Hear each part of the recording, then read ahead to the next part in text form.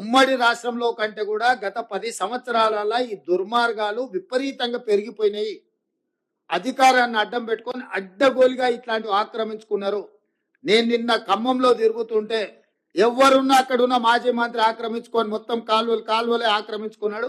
ఆ నీళ్ళంతా ఖమ్మం ఊరి మీదకి వచ్చి పడి ఖమ్మం ఊరంతా మునగడానికి ఆ మాజీ మంత్రి గారే కారణం అని నాకు ఫిర్యాదు వచ్చింది. వీటిని వాస్తవాలను పరిశీలించి దాని మీద కఠినమైన చర్యలు తీసుకోవడానికి అవసరమైన చర్యలు చేపట్టాలని చెప్పి రెవెన్యూ మంత్రి గారికి సూచన చేసిన. కలెక్టర్ గారికి కూడా, ఖమ్మం కలెక్టర్ గారికి కూడా నేను ఆదేశాలు ఇస్తున్నా.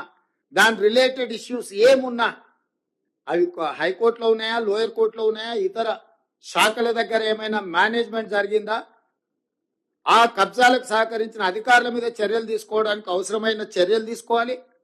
ప్రభుత్వం నుంచి అనుమతి తీసుకోవాలి. కోర్టులలో ఏమైనా కేసులు పెండింగ్ ఉంటే వాటి మీద కూడా స్పష్టమైన నిర్ణయం తీసుకోవాలి. ఎందుకంటే ఇంకా ఉపేక్షిస్తే ఇంకా అది మనల్ని కబలిస్తుంది. ఇవాళ జరుగుతున్న పరిణామాలు, పేదోళ్ళ ప్రాణాలు, ఆస్తుల నష్టం పోయిన తర్వాత కూడా ఇంకా ప్రభుత్వం మీనమేషాలు లెక్క పెట్టుకుంటూ కూర్చుంటే ఇది మంచిది కాదు.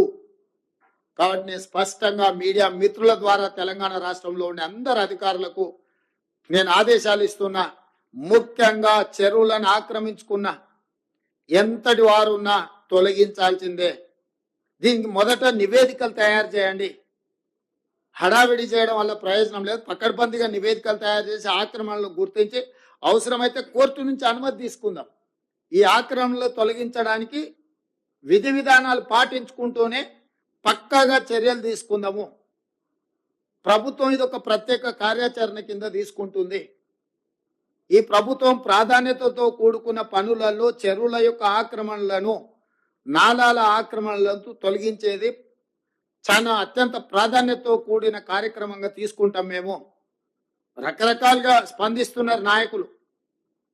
కొంతమంది ఈయననే ఇప్పుడే ముఖ్యమంత్రి అయినా, ఇప్పుడే వచ్చిండా అని.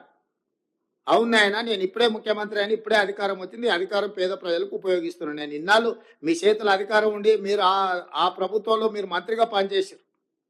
మీరు ఆక్రమించుకుంటుంటే కళ్ళు మూసుకొని ఉన్నారు. ఇప్పుడు నేను కనీసం చేయాలనే ప్రయత్నం చేస్తున్న కొంతమంది నాయకులు మాట్లాడుతున్నారు. నేను వాళ్ళ పేర్లు ప్రస్తావించదలుచుకోలేదు. ఎందుకంటే ఇది కొంత ప్రజలు ఇబ్బంది పడుతున్న, కష్టపడుతున్న సందర్భం. పెద్ద రాజకీయాలకు తావియదలుచుకోలేదు. ఇక రెండవది,